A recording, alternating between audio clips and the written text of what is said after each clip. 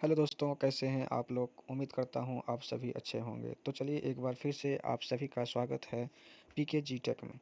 तो दोस्तों आज का टॉपिक जो है वो आपको थंब देखकर पता चल ही गया होगा। तो वीडियो को ज़्यादा लंबा ना करते हुए चलिए स्टार्ट करते हैं। तो आइए जानते हैं इस सुकन्या समृद्धि योजना का उद्देश्य के बारे में। तो दोस्तों इस योजना का उद्देश्य है कि गरीबी को हटाना। खास करके जो पिता ये सोचते हैं कि अगर हमारे घर बेटी पैदा हुआ तो हमें बहुत सारे चीज़ों के सामना कठिनाइयों का सामना करना पड़ेगा, उसकी पढ़ाई को लेकर, उनके शादी को लेकर, इन सभी चीज़ों के बारे में बहुत सारा टेंशन में रहते हैं। तो इन सभी टेंशन को आज के डेट में हटाने के लिए सरकार एक बहुत अच्छी योजना लेके आया है, जो है सुकन्या समृद्धि योजना। तो चलिए आगे बढ़ते हैं। खाता खोलने का नियम क्या है? सबसे पहले इस खाते को खोलने के लिए आपको बेटी के नाम का जन्म प्रमाण पत्र होना ज़रूरी है। दूसरी, उसके अभिभावक का एक एड्रेस प्रूफ होना चाहिए। और दूसरी चीज़ कि माता-पिता दोनों में से किसी एक अभिभावक इसमें होना अनिवार्य है और उनके साथ जॉइंट फ़ोटो का भी ज़रूरत पड़ेगा। अब आते हैं योजना के लिए आवश्यक दस्तावेज़ क्या-क्या लगेंगे। दस्तावेज़ मैं तो आपको बता ही दिए, उसके जन्म प्रमाण पत्र लगेगा कि अगर आधार कार्ड है तो चलेगा, नहीं भी है तो कोई बात नहीं है। आधार कार्ड वैसे आपको माँगा ही नहीं जाएगा। अब आते हैं कि इस योजना में कितनी रकम जमा कर सकते हैं। तो दोस्तों इस योजना के अंतर्गत आपको रकम ज़्यादा से ज़्यादा 21 लाख और कम से कम 14,000 जमा करना है। ठीक है? तो अब आते हैं कि इसको कैसे-कैसे जमा करना है, एक बार करना होगा या फिर किस स्थिति में इसको जमा करना है उसके बारे में समझते हैं।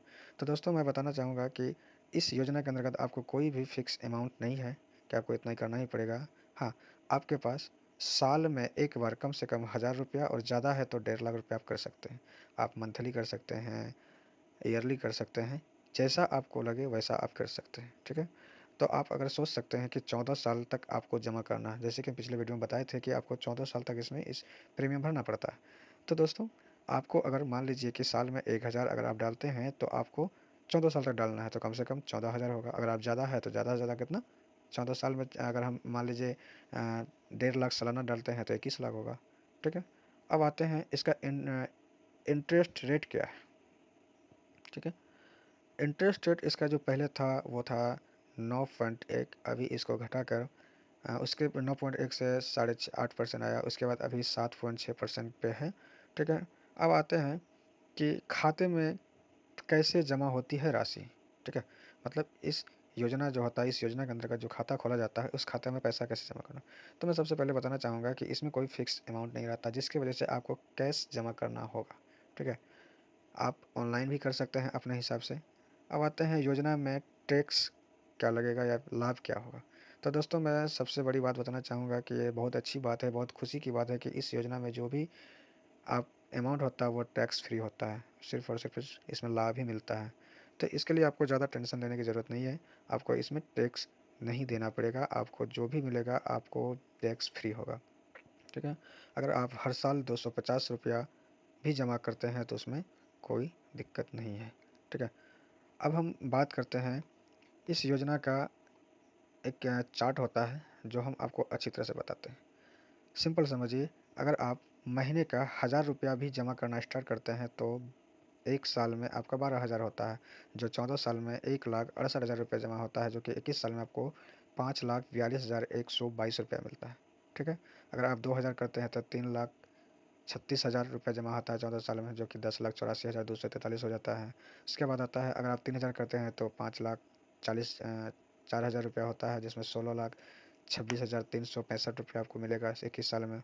तो इस तरह से अगर आप मान लीजिए कि ज़्यादा, अगर जैसे हम बताए थे 21 लाख, तो अगर आप महीने का 12,500 जमा करते हैं तो 21 लाख रुपया आपका 14 साल में टोटल जमा होगा, जो कि आपको 21 साल में 67,000 सॉरी 67,76,520 मिलेंगे, जो कि बिल्कुल भी टैक्स फ्री होगा। इसमें कोई भी किसी भी प्रकार का आपका टैक्स देने की ज़रूरत नहीं होगा। अब आते हैं इसका, जैसे कि हम इसमें दिखाया गया है कि इंटरेस्ट अमाउंट वगैरह सब सारा चीज़ कैसे-कैसे जुड़ता है, वो सारा चीज़ इसमें दर्शाया गया है। आप इसको अच्छी तरह से समझ सकते हैं। जैसे अगर मान लीजिए हमने 2015 में अगर हम खाता खोले हैं, तो मेरा ओपनिंग बैलेंस उस साल 0 होगा, क्योंकि आप मंथली जमा करेंगे तो महीना में आप जमा करते हैं ₹1000, तो उस टाइम आप देख सकते हैं कि ₹1000 सॉरी ₹10,000 अगर आप मंथली जमा करते हैं तो, ठीक है? तो आप इस तरह से आप इसमें समझ सकते हैं कि कितना-कितना आपका जमा होगा।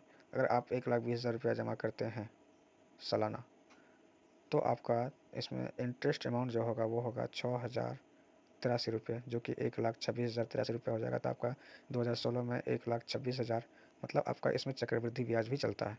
ठीक है, तो इस तरह इस चार्ट में दर्शाया गया है। तो कि जैसे अगर आप 10,000 रुपया जमा करते हैं, मंथली कंट्रीब्यूशन होता है, तो आपका 1,20,000 रुपया ईयरली कंट्रीब्यूशन होता है, जो कि आपका इंटरेस्ट इसमें हर साल इंक्रीजमेंट होते जाता है। तो आपका इंटरेस्ट का भी इंटरेस्ट मिलता है।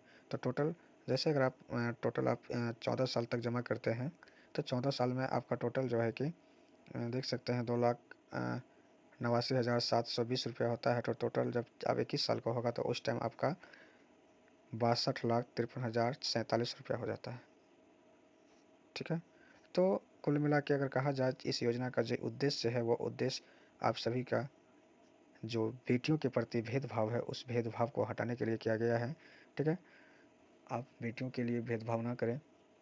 अगर आपको समझ में आया है तो आप इस योजना को जितने जल्दी से होता है उतना जल्दी आप खोल लें, क्योंकि बेटी आपका है तो बेटी के लिए सोचना भी आपको ही है। क्योंकि अभी के डेट में आप सब जान ही रहे हैं कि किस तरह से अभी बेटियों के ऊपर शोषण किया जाता है दहेज के प्रति, जबकि आप सब जान रहे हैं कि दहेज को लेकर कानूनन कार्रवाई भी किया जा रहा है, फिर भी लोग बेटियां भर भर के दहेज ले रहे हैं और दे भी रहे हैं, क्योंकि अभी हर कोई नौकरी के चक्कर में पड़ रहे हैं।